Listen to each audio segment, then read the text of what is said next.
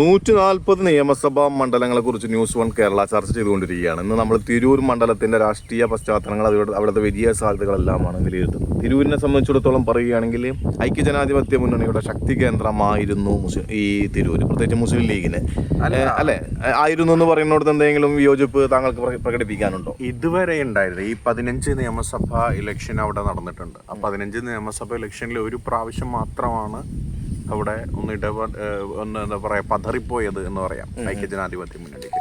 അത് PP അബ്ദുള്ളക്കുട്ടിയിലൂടെ 2006 ആ ഒരു പതനം CPM 2006 മുതൽ 2011 വരെ. അതിനുശേഷം C മമ്മൂട്ടി തന്നെ അത് തിരിച്ചു പിടിക്കുകയുണ്ടായത്. അപ്പോൾ അങ്ങനെ ഇടതുപക്ഷ കോട്ട എന്നോ അല്ലെങ്കിൽ ഇടതുപക്ഷത്തിന് ഒരു മുന്നേറ്റം ഉണ്ടാക്കാനോ കഴിയാതെ പോയ ഒരു മണ്ഡലം തന്നെയാണ് തിരൂർ എന്ന് പറയുന്നത് കൃത്യമായിട്ട്. പിന്നെ PP അബ്ദുള്ളക്കുട്ടിക്ക് ശേഷം അവിടെ ചെറിയ രീതിയിലെങ്കിലും വലിയ മത്സരം കാഴ്ചവെച്ചിട്ടുള്ളത് ലില്ലീസിന്റെ ഉടമയായിട്ടുള്ള അബ്ദുൽ ഗഫൂർ. അത് പറയുമ്പോൾ ഈ അഡ്വക്കേറ്റ് അബ്ദുൽ ഗഫൂർ മത്സരിച്ചതിന് ശേഷം CPM-ന് വലിയൊരു മേധാവിത്വം അവിടെ കിട്ടുന്ന രീതിയിലാണ് എനിക്ക് തോന്നിയിട്ടുള്ളത്. കാരണം മുൻ ഇലക്ഷനെ സംബന്ധിച്ചിടത്തോളം വ്യത്യസ്തമായിട്ട് ഈ ഗഫൂർ ലില്ലീസ് അവിടെ സ്ഥാനാർത്ഥിയായിട്ട് വന്നപ്പോൾ ഒരു ഫൈറ്റിംഗ് മൈൻഡിലേക്ക് CPM-ന് അവിടെ വളരാൻ സാധിച്ചു എന്ന് പറയുന്ന ഒരു നിരീക്ഷണത്തോട് താങ്കൾ യോജിക്കുന്നുണ്ടോ? അല്ല, അവിടെ എന്താ സംഭവിച്ചു കഴിഞ്ഞാൽ ഇപ്പോൾ 2011 മുതൽ തുടർച്ചയായിട്ട് 3 തവണ മത്സരിച്ചത് ഗഫൂറാണ്, ഇടതുപക്ഷ സ്ഥാനാർത്ഥിയായിട്ട് മത്സരിച്ചത്. അപ്പോൾ അതിൻ്റെതായിട്ടുള്ള ഒരു പോസിറ്റീവ് ഘടകം അവിടെ ഉണ്ടായിട്ടുണ്ട്. ഇപ്പോൾ നമ്മൾ തിരുവനന്തപുരത്ത് മറ്റേ നേമത്ത് രാജഗോപാൽ മത്സരിച്ച പോലത്തെ ഒരു അവസ്ഥയിലേക്ക് ചിലപ്പോൾ ഗഫൂർ വരാൻ സാധ്യതയുണ്ട് അവിടെ. അതായത് അവിടെ അങ്ങനെ അവസാനം ജയിക്കാനുള്ള സാധ്യതയുണ്ട്. ഇപ്പോഴും പാർട്ടി അവിടെ പറഞ്ഞിട്ടുള്ളത് ഗഫൂറിനോട് അവിടെ തന്നെയാണ് ശ്രദ്ധ കേന്ദ്രീകരിച്ച് പ്രവർത്തിക്കാൻ തന്നെയാണ് പറഞ്ഞിട്ടുള്ളത്. ഇതിലൊരു കാര്യം മനസ്സിലാക്കേണ്ടതെന്ന് വെച്ചാല് ഈ ത്രിതല പഞ്ചായത്തിന്റെ കാര്യം മാത്രം എടുത്തു നോക്കുക. വളവന്നൂര്, കൽപ്പകഞ്ചേരി, തിരൂര്, വെട്ടം, തലക്കാട്, തിരുനാവാഴ, ആധവനാട്, ഇതാണ് വരുന്ന പഞ്ചായത്തുകൾ. ഈ പഞ്ചായത്തുകളിൽ ഇടതുപക്ഷ സ്വാധീനമുള്ള പഞ്ചായത്ത് എന്ന് പറയുന്നത് തലക്കാട് മാത്രമാണ്. തലക്കാടാണ് ഇടതുപക്ഷ പഞ്ചായത്ത് എന്ന് പറയുന്നത്. അവിടെയാണ് ഗഫൂറിന് കാര്യമായിട്ടുള്ള ഒരു ചലനം ഉണ്ടാക്കാൻ കഴിയുന്ന ഒരു പഞ്ചായത്ത് എന്ന് പറയുന്നത്. മറ്റുള്ളിടത്തൊക്കെ വലിയ രീതിയിലുള്ള ചലനങ്ങളൊന്നും ഉണ്ടാക്കാൻ കഴിഞ്ഞിട്ടില്ല എന്നുള്ളതാണ് നമുക്ക് മനസ്സിലാക്കാൻ സാധിക്കുന്നത്. ഒരു പക്ഷേ ഗഫൂർ ലില്ലീസ് എവിടെയാണോ മുന്നോട്ട് പോയത്, ഈ തലക്കാട് 1145 1500 വോട്ടിന്റെ ഒരു ഭൂരിപക്ഷമാണ് തലക്കാട് നിന്ന് കിട്ടിയിട്ടുള്ളത്.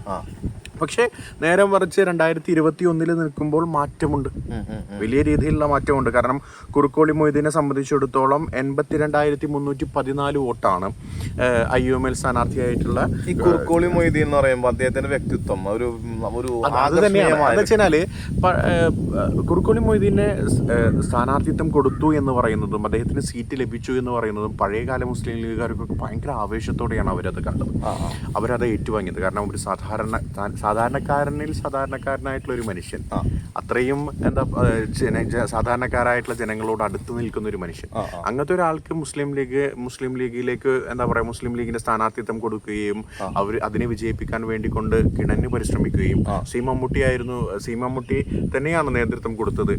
അതിനെ വിജയിപ്പിക്കാൻ വേണ്ടിക്കൊണ്ട് സി മമ്മൂട്ടി തന്നെയാണ് നേതൃത്വം. സി മമ്മൂട്ടി 2 തവണ അവിടെ MLA ആയിരുന്നു എന്നുള്ളതാണ് മനസ്സിലാക്കേണ്ടത്. അപ്പോൾ ഇവിടെ പറഞ്ഞു വരുന്നത് എന്താണെന്ന് വെച്ച് കഴിഞ്ഞാൽ അടുത്ത പ്രാവശ്യവും കുറുക്കോളി മൊയ്തീൻ ആണെങ്കിൽ നേരിടാൻ സാധ്യതയുള്ളത് ഗഫൂർ പി ലില്ലീസിന് തന്നെയായിരിക്കും. അതിൽ മാറ്റമുണ്ടാവില്ല. അപ്പോൾ ഇതിൽ വലിയ രീതിയിലുള്ള പ്രശ്നം ഏറ്റുവാങ്ങേണ്ടി വന്നതെന്ന് വെച്ച് കഴിഞ്ഞാൽ വെറും 6000-7000 വോട്ടിന്റെ പിന്നിലേക്ക് മാത്രമാണ് ഇപ്പോൾ പോയിക്കൊണ്ടിരിക്കുന്നത് എന്നുള്ളതാണ്. അത്രയും വോട്ടിംഗ് ഡിഫറൻസേ വരുന്നുള്ളൂ എന്നുള്ളതാണ് ഇതിൽ നമുക്ക് മനസ്സിലാക്കാൻ സാധിക്കുന്നത്. കാരണം കഴിഞ്ഞ പ്രാവശ്യം അബ്ദുസ്സലാം ആയിരുന്നു BJP-യുടെ സ്ഥാനാർത്ഥി, മറ്റേ കാലിക്കറ്റ് യൂണിവേഴ്സിറ്റി വൈസ് ചാൻസലറൊക്കെ ആയിരുന്ന മുസ്ലിം ലീഗിന്റെ കാൻഡിഡേറ്റ് ആയിരുന്നു BJP-യുടെ. അപ്പോൾ ഇതില് നമുക്ക് മനസ്സിലാക്കേണ്ട സാധ്യതകൾ എന്താണെന്ന് വെച്ച് കഴിഞ്ഞാൽ ഗഫൂർ പി ലില്ലീസിനുള്ള സാധ്യതകളെ തള്ളിക്കളയാൻ കഴിയില്ല. അത് നമ്മൾ മനസ്സിലാക്കേണ്ടത് തന്നെയാണ്.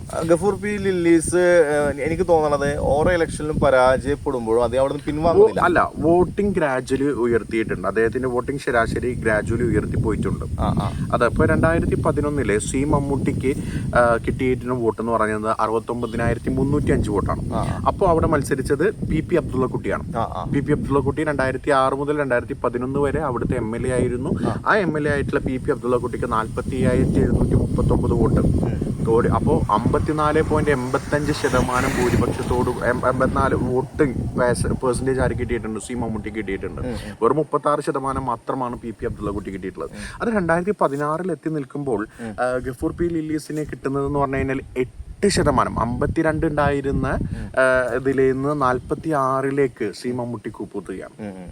8% ഇടിവ് സംഭവിക്കുകയാണ്, 6% വളർച്ച സംഭവിക്കുകയാണ് ഗഫൂർ പി ലീലീസിന്. അതായത് എനിക്ക് തോന്നുന്നത് തിരൂര് ഇടതുപക്ഷത്തിന് ഒരു സാധ്യത ഉണ്ട്. ഇടതുപക്ഷത്തിന് സാധ്യതയുള്ള സ്ഥലമാണ്. കാരണം ഗഫൂർ പി ലീലീസ് അങ്ങനെ തുടർച്ചയായിട്ട് മത്സരിക്കും. ഇപ്പോൾ ഒരു ഉദാഹരണം പറയുകയാണെന്നുണ്ടെങ്കിൽ ഗഫൂർ പി ലീലീസും കുറുക്കോളി മൊയ്തീനും തമ്മിൽ മത്സരിച്ചപ്പോൾ 48% വോട്ടാണ് ആർക്ക് കിട്ടിയിരിക്കുന്നത്? കുറുക്കോളി മൊയ്തീന് കിട്ടിയിരിക്കുന്നത്. 2% ഉയർച്ച സംഭവിച്ചിട്ടുണ്ട്. 43.98% ഗഫൂർ പി ലീലീസിന് കിട്ടിയത്. അദ്ദേഹവും 1.5% ഉയർന്ന് വോട്ടിംഗ് പെർസെന്റേജ് ഉയർത്തിയിട്ടുണ്ട്. അപ്പോ ഇവിടെ സാധ്യതയുള്ളതെന്ന് 7000 വോട്ട് എന്ന് പറയുന്നത് വലിയ ഒരു എന്താ പറയാ ഒരു മാറ്റമായിട്ട് കാണേണ്ട, അല്ലെങ്കിൽ ഒരു ഉറച്ച മണ്ഡലമായിട്ട് കാണേണ്ടതായിട്ടില്ല. പക്ഷേ ഇപ്പോ കുറുക്കോളി മൊയ്തീന്റെ വികസന പ്രവർത്തനങ്ങള്, കുറുക്കോളി മൊയ്തീൻ സാധാരണക്കാരുമായിട്ട് അടുത്ത് നിൽക്കുന്ന ഒരു രീതിയിലേക്ക് പോകുന്നു. നിയമസഭയിലേക്കൊക്കെ അദ്ദേഹം പോകുന്നത് KSRTC ബസ്സിലാണ്. അപ്പൊ അത്തരത്തില് ജനകീയ മുഖമായിട്ട് അപ്പൊ അങ്ങനെ ഒരു ജനകീയ മുഖമായിട്ട് എന്നോട് ഇടതുപക്ഷത്തിന്റെ പല സുഹൃത്തുക്കളും പറഞ്ഞിട്ടുണ്ട് കുറുക്കോളി മൊയ്തീൻ നല്ലൊരു MLA ആണെന്നുള്ള അഭിപ്രായം പറഞ്ഞിട്ടുണ്ട്. അതെ. അപ്പോ എന്നെ സംബന്ധിച്ചിടത്തോളം എനിക്ക് തോന്നുന്നു കുറുക്കോളി മൊയ്തീന്റെ ആ സ്വീകാര്യത അത് ജനങ്ങൾ ഏറ്റെടുത്ത് കഴിഞ്ഞിട്ടുണ്ട്. അപ്പൊ തിരൂരില് കുറുക്കോളി തന്നെ മത്സരിക്കുകയാണെങ്കിൽ കുറുക്കോളിയെ തോൽപ്പിക്കേണ്ട യാതൊരു കാര്യമില്ല. അവിടെ വലിയ വിജയത്തിൽ തന്നെ കുറുക്കോളി എത്താൻ സാധ്യതയുണ്ട് എന്നാണ് എനിക്ക് തോന്നുന്നത്.